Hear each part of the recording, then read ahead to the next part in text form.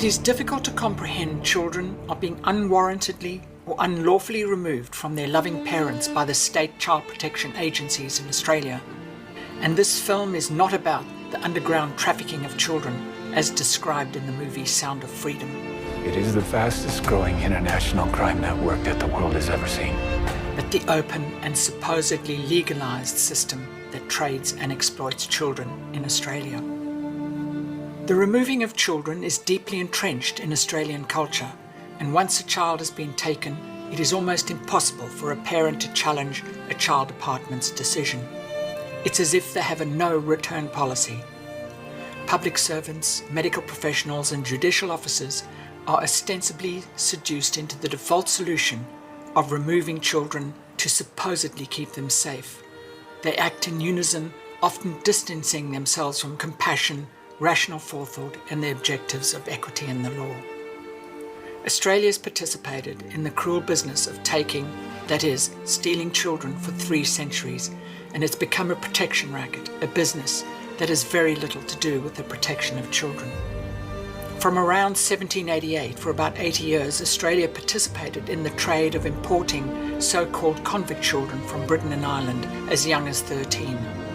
Australia was paid to take them, and children were expected to work on arrival. When this trade ended in 1868, 1 year later, in 1869, coincidentally, the focus turned to the First Nations people, with the Act to provide for the protection and management of the Aboriginal natives of Victoria. As one scheme abated, another child remove and replace program replaced it. In the 1920s to the 1970s, there was the Child Migrant Program, sourcing children from deprived families and sending them to the colonies. And often these children suffered lonely and brutal childhoods. During the 1950s and the 1960s, the community services sector in Australia experimented with foster care, with concerted publicity campaigns to recruit foster carers through the 1960s.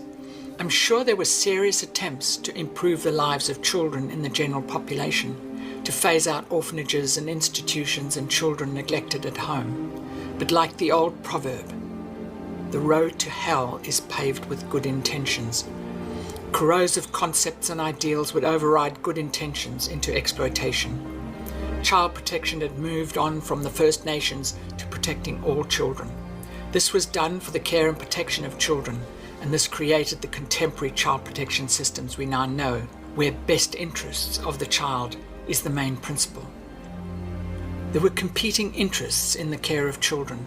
The Family Law Act of 1975 set out how to manage custody and child protection concerns in the federal family law courts. But through Section 69ZK of the Family Law Act, this allowed the state to override federal courts.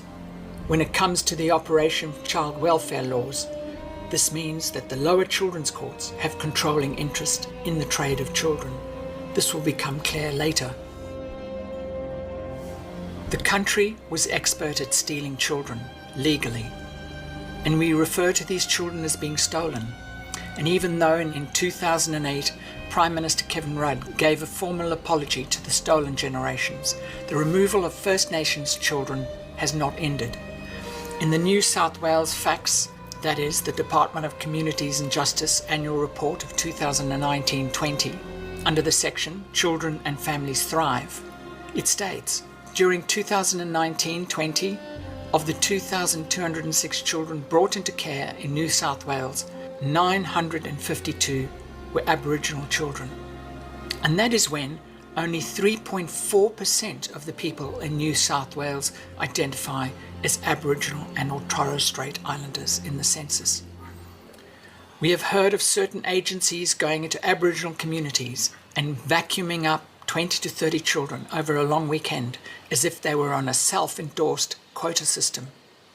The Family Matters report released by the Secretariat of the National Aboriginal and Islander Child Care found 21,523 Indigenous children were in out-of-home care as of June 30, 2020. That is 1 in every 15.6 First Nations children living in Australia. That means 64 out of every 1,000 Indigenous children are in out-of-home care. The child departments use the law as governments did before them over hundreds of years to remove children, and they have the words protection and safety to guile you. The government's default solution for protection is to remove the child, and it is almost impossible to obtain details and reasons for why specific children were taken into care, as the child departments and children's courts operate in complete secrecy.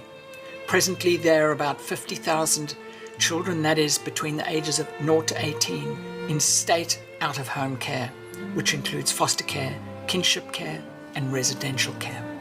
And the industry is growing annually faster than population growth. Obviously, there are children at risk. They might have drugged out parents or are surviving in a home that has alarming accounts of domestic violence, sexual assault, or neglect. But when children are taken from loving homes for no good reason, this results in a catastrophic ripple effect. It becomes generational. The children of parents who have survived the system will often become future clients of the system. The problem too is that the government turns out to be a bad parent over and over again. Their own statistics reveal children taken into government care are more likely to be harmed. Their families are disrupted and the child's potential stunted. It's like removing the child from the frying pan into the fire.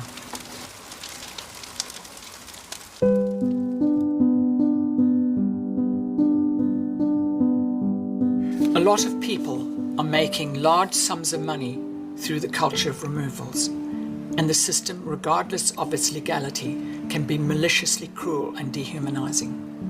Many of us believe it is designed this way, designed to be cruel to children and families. And when public servants, judiciary act beyond their powers and or unlawfully, they participate in exploitation or abduction. And this removal is often done in the most brutal and inhumane way, as described in this ABC article. This child protection trade or protection racket operates like a syndicate, with each person playing their role, and vulnerable parents are unable to comprehend the scale and ingenuity of the removals business. Once the department has possession of a child, it is easy for the lies and delinquency to compound. As one misstatement evolves into a complex fabrication, it becomes a rendition of Chinese whispers. Often department staff work as a relay team. The first caseworker that removed the child creates an accusation from a suspicion. For example, that the mother suffers from some undiagnosed mental condition.